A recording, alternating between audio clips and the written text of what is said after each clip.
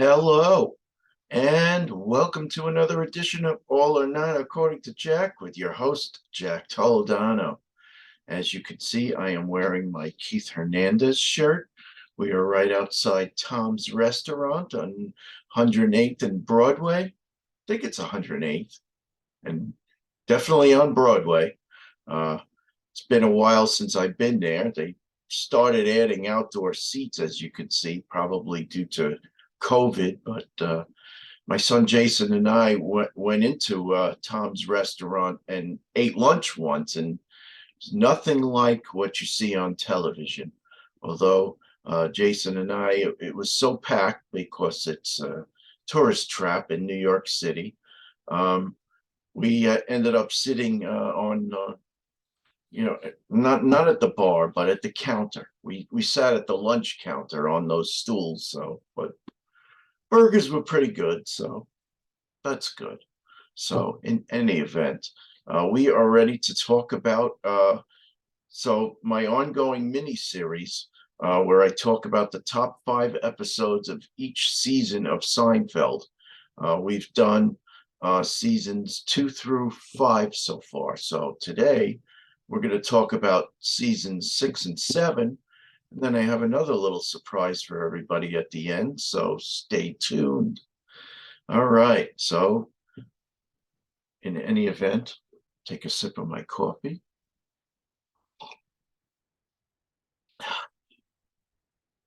Let's go. Let's share the PowerPoint.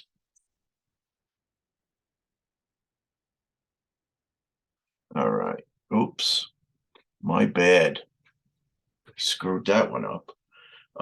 Okay, so season 6.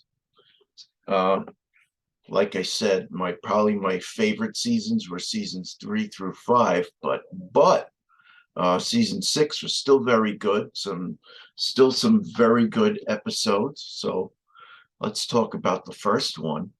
First honorable mention, the race, where Jerry, race him, Jerry, race him. So Jerry's dating this woman with short, dark hair, very attractive lady, but she's probably going to get fired because she works for a guy that had a foot race with Jerry and believes that Jerry cheated, and he cheated again. They were going to race in the street, and they were, of course, they were going to go on the sound of the starter pistol, but Kramer's car, backfired. So Jerry thought it was the starter pistol. He, what did he do? He started the race prematurely and beat the guy again. And funniest part of that is at the end, everybody's jumping up and down, and he kind of swats Elaine off to the side, and he goes over to, and the girl's name is Lois, by the way, and the Superman theme music is playing as he's running down the street. It was funny, but side episode, which was even funnier, was Elaine's dating a communist. Are you a communist? And Kramer gets into the mix, and he's telling these children, he's playing Santa, Mickey's playing an elf, and he's telling these kids not to get certain things because they're made in China, and what did this little kid is like, traitor, traitor to our country. Very funny. Check it out. Okay. Next episode, and this is something you wouldn't really expect to see in Manhattan. Friendly people.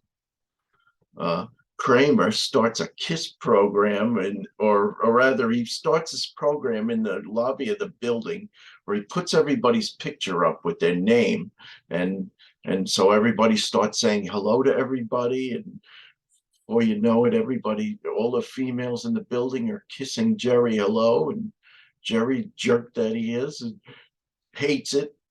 Wouldn't bother me none, but so at the end, He rebuffs a few women. They turn on him and they hate him, and everybody avoids him in the building, even the super.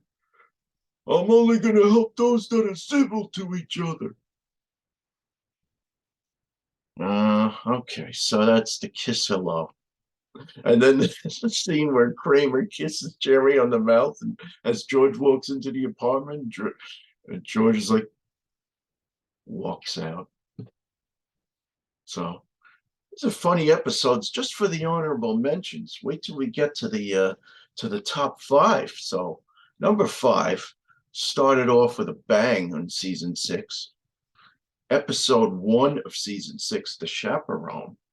Uh, Kramer. So Jerry and Elaine go to a Yankee game, and sitting across from Jerry, and they're on the first base side in the hell is it the field level seats. So right across the aisle from Jerry are Miss America contestants, and just so happens Miss Rhode Island sitting across from him, and Jerry dates her, but he needs a chaperone. So dummy that he is, he asks Kramer, and Kramer's got to do everything by the book and doesn't allow them to touch each other, basically. And Kramer ends up being Miss America's advisor, and points counts. And so they all end up in Atlantic City, and Miss America's, or no, Miss Rhode Island's talent is that she has these trained doves, but Jerry kills the poor doves by dumping a bucket of water down a few floors down, in the on the terrace, and of course they were in a cage, but always the bad things, and of course there's George. What are you gonna do? So that's The Chaperone. Episode four, we are introduced to one of Jerry's Seinfeldisms, the regifter, in the episode called The Label Maker. So we have regifter, degifter, no, regift, degift, regifter. So it all because Elaine, Dr. Watley, the dentist, does some work for Elaine, and so she gets them this gift, a label maker, where the labels don't stick to the package. And so what does he do? He regifts it. He gives it to Jerry or somebody, and that's when Elaine says, "He's a regifter." So then there's like a whole to do about Super Bowl tickets, and George is like, "If he can regift, why don't you degift?" So, but the worst nightmare of Jerry's comes true. Imagine going to a Super Bowl and seeing your worst enemy at the. So imagine going to the Super Bowl. You're going to see the Giants. I'm a Giant fan, so you're going to see the Giants play whomever. But it's the penultimate game of the season. Giants did reach the playoffs this year, so go G-men. So imagine you're there, you're seeing your favorite team in the Super Bowl, and then you're sitting next to probably your worst enemy. Funny shit. Okay, episode three, the big salad. And I do love salad, so every once in a while in the summertime, that's what I will eat for dinner. Because you know what? Who wants to cook in the summer? Uh, big salad, big cucumbers, big celery, big tomatoes, etc. George, you had to have the big salad. And then the other, George is dating a woman who says to George, all I did was hand somebody a bag. George, he's just like somebody else we're going to mention later on. He's like, did you see what happened here? She took credit for my big salad. And this was also the episode where Jerry is dating a woman who dated Newman, and this was a total turnoff to Jerry because Newman actually broke up with this woman. So what could possibly be wrong with this woman? Too funny. Jerry couldn't kiss her, by the way. Episode 2, The Doorman. This was a funny one. So Jerry Elaine works for Mr. Pitt, who's a fanatic, and he lives in a luxury building with a doorman. And Jerry goes to visit Elaine at Mr. Pitt's apartment, and of course the doorman's playing all these head games with Jerry and gets Jerry to watch the door, and so he could go take a break and have a beer. And Jerry couldn't wait for him to get back, so he abandons his post. The couch gets stolen from the lobby. So then Jerry's like, it's diabolical. He's having a laugh right now with all his doorman buddies. So they flash to a make-believe scene where the doorman's like, oh, they think they're better than us. Good one. Love it. And then every time, so Jerry puts the hat on. It's like, so somebody walks by. How about those Knicks? Yeah, yeah. What makes you think I'm not? I'm not reading the Wall Street page or the stock page or whatever. All right, my favorite episode of season 1. Oops, I went the wrong way. The face painter. So first, there's the doorman, who's a friend of Jerry's in real life. This is the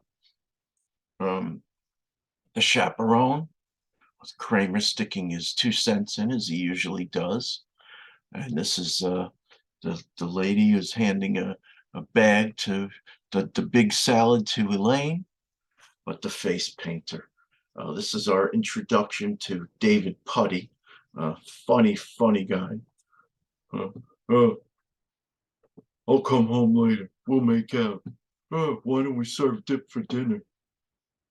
I often thought about that. I love dip. My wife, Susan, makes a great clam dip. I love it. Various different dips that I like. I like green onion dip. Why don't people have that for dinner? Aside from the fact that, the chips are the worst thing for you, with the carbs and the fat and whatever. But funniest part about this episode was David Putty paints his face because he's a Devils fan, and we're the Devils. And I have this friend who hates the Rangers, so when I showed him this episode, he was in his glory because it showed the Devils beating the Rangers, and Putty banging on the glass. All right. So then at the very end, Jerry didn't give the guy who gave him tickets a proper thank you. So he and Kramer were scrambling to get free tickets. So finally, the guy relented, but this time he gave him tickets up in the boondocks, as long as Jerry had to paint a D on his chest with 6 other people to say Devils. Yeah, it was funny. And then, of course, after the game, Putty's in his glory. He almost gets hit by a car with a guy who's a priest, and he's like, "What? You almost hit me! We're the Devils! You don't mess with the Devils!" It was funny. So the priest didn't speak English. He kept saying, "Oh, Diablo." You had to see it. Pretty funny. So that was season 6. Okay, so let's move on to season 7. Okay, season 7, I believe. Well, we'll talk about that later. Sorry, I don't want to do any spoilers, but moving on. So season 7, The Caddy. So that's You know what? Sometimes I feel like I could use a caddy, as crappy as I play golf. But so this caddy is like, not only is he a caddy for Kramer on the golf course, but he's a caddy for everything in his life. So Jerry and Kramer, they're driving along in George's car down the street, and they see Sue Ellen Mischke wearing only a bra as a top, and it causes them to not pay attention to the road and crash. So so Elaine, who hates Sue Ellen Mischke, is like, let's sue her. So so of course they get Jackie Childs to sue Sue Ellen Mischke, and and the and the caddy he's listening to. And first of all, Jackie Childs, very funny. It's it's indecent. It's salacious. And, and tell me that again. She's the oh shit. What is that? She's the heir to the old Henry candy bar. It's good. It's gooey. It's chewy. So I don't do a very good Jackie Childs unless I actually have the script in front of me. So this is all ad-libbed right now, by the way, folks. But so they're in court suing Sue Ellen Mischke, and he presented a good case, but Kramer, dummy that he is, uh, he's got to have her try on the bra in court because his caddy said, "Go for the cup." You listening to me, caddy? What's the matter with you? On a side note, everybody thought George was dead. So Steinbrenner went to the home of the Costanzas, and George's father's supposed to be in mourning. Instead, he's like criticizing Steinbrenner for his Yankee moves. How could you trade Jay Buhner? You don't know what the hell you're doing. Gotta love that show. Next one, The Doll. Very simple. Susan has a doll that looks dangerously like Estelle Costanza, which freaks out George. At, at the end, George actually, no, Frank actually rips the head off. Meanwhile, George is having these sad fantasies of Estelle being in bed with him and Susan. Got to be the worst thing in the world, being in bed with your mother and your wife. Never. All right, number 5, The Sponge. Elaine interviews for sex, so they stop making this sponge, this contraceptive sponge. So Elaine goes all over town. She finds a couple cases. She basically buys them out, lock, stock, and barrel from this pharmacy. So now she's got to interview people before she has sex with them because these sponges are just too good to waste. So funny. She takes her glasses off. So tell me, have you cleaned your tub recently? Change your underwear every day? Okay, let's go. I'll give you half an hour. Good old Elaine holds up the end of the bargain for all the women on, that view the show. All right, number 4, The Postponement. So that's actually episode 2 of season 7.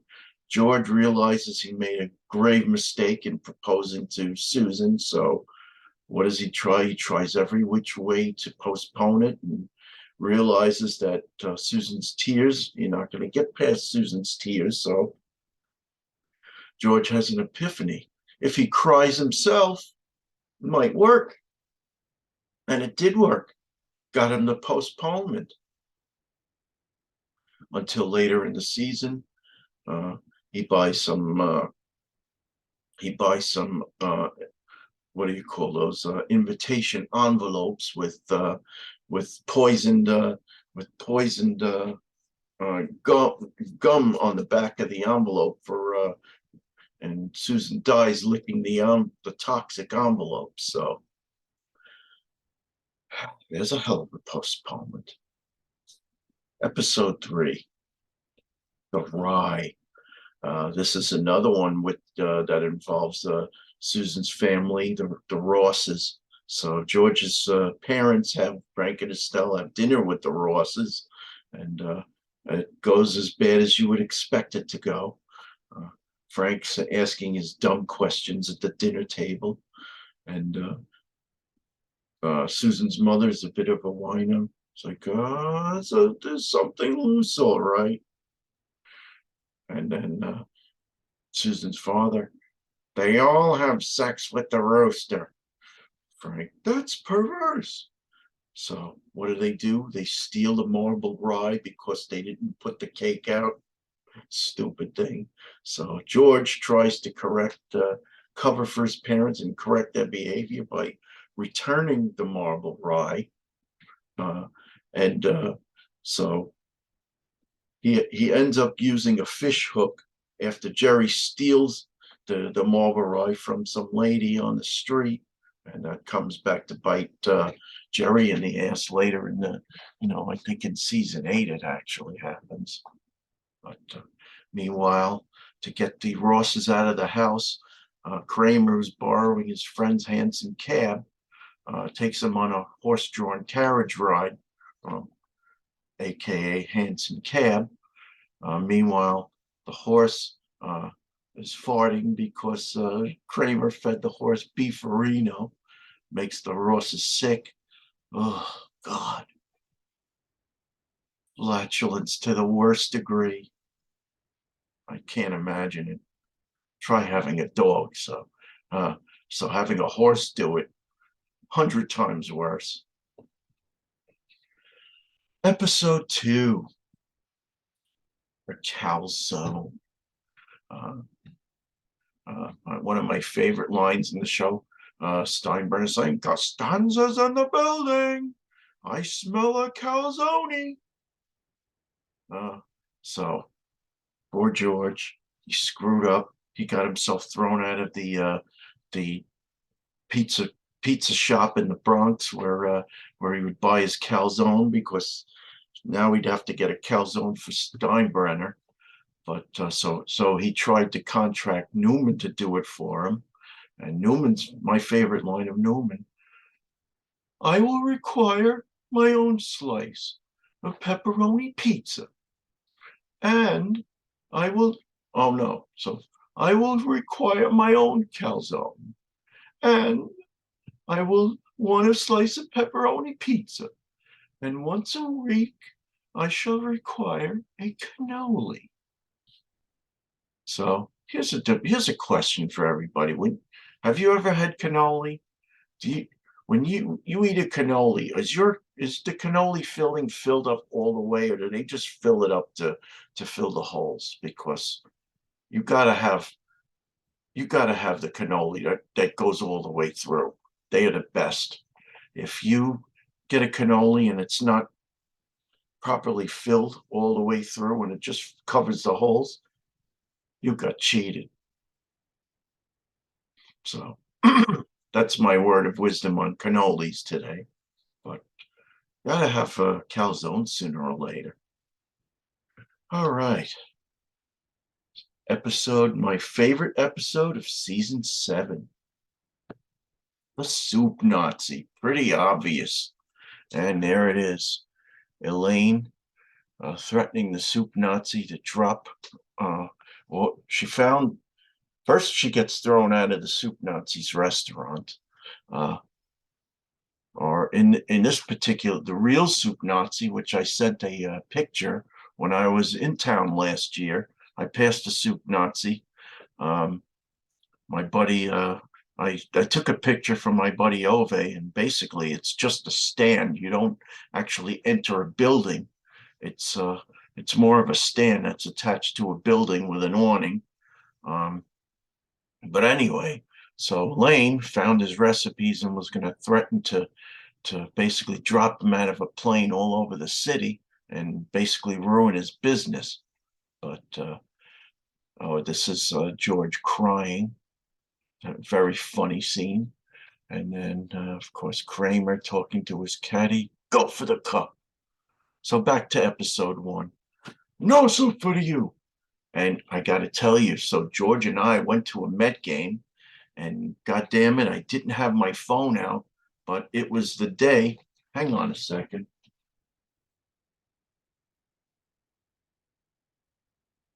It was the day that we went for Seinfeld night, and I got this bobblehead, and I actually got it signed by Felix Millan, second baseman of the New York Mets back in the 70s.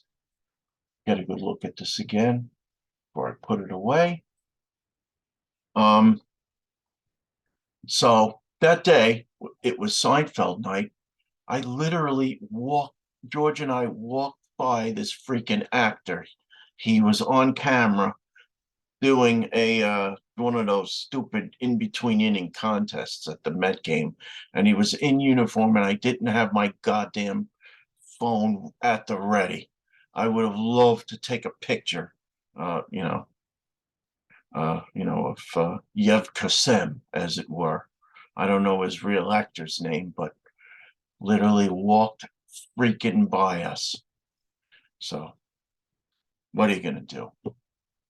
I did manage to meet the real Kenny Kramer at Tom's restaurant, and I got a picture of him. So one of these days I have to find that picture and show everybody. But so that's that. So that concludes season 6 and 7.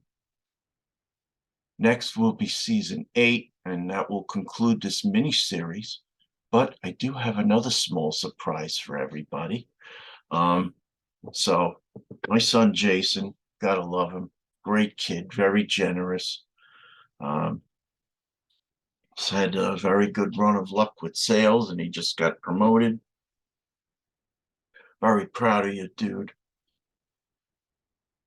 Another sip of coffee. So we were exchanging gifts at Christmas, and we had a great Christmas.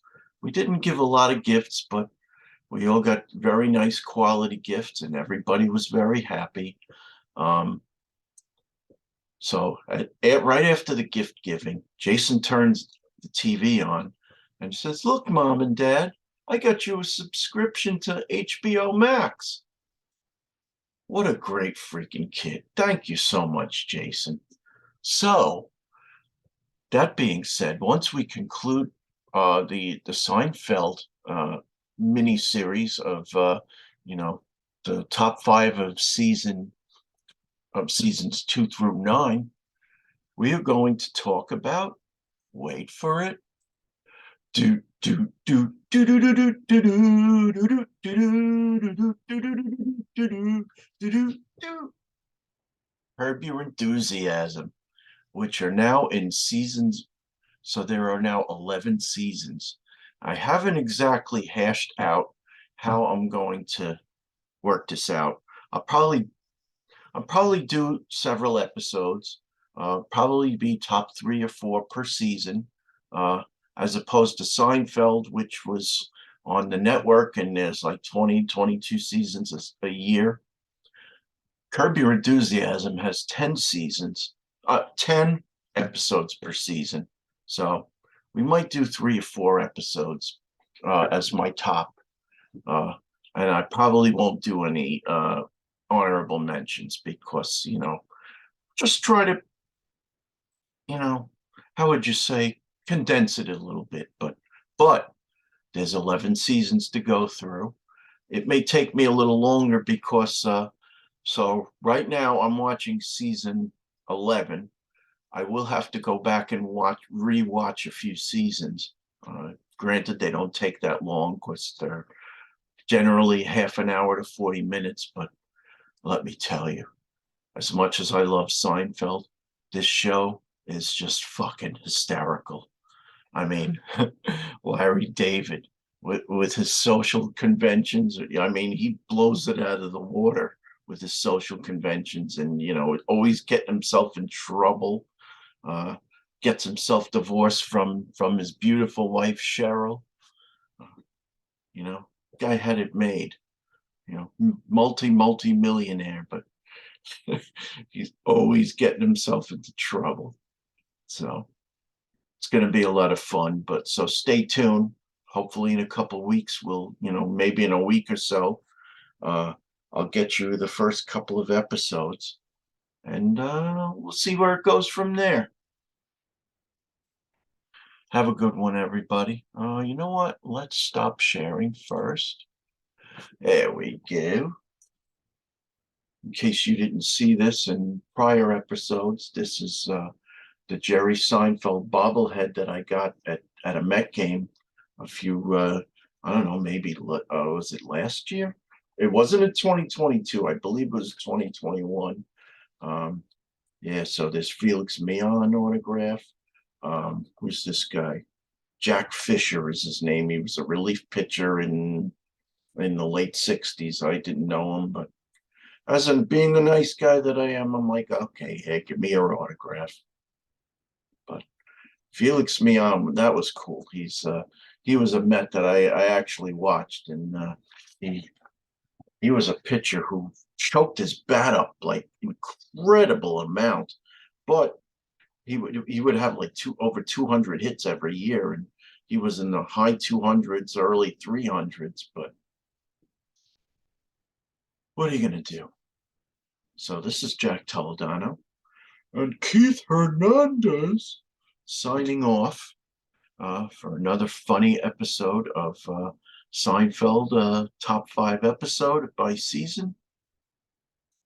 And we'll see you real soon.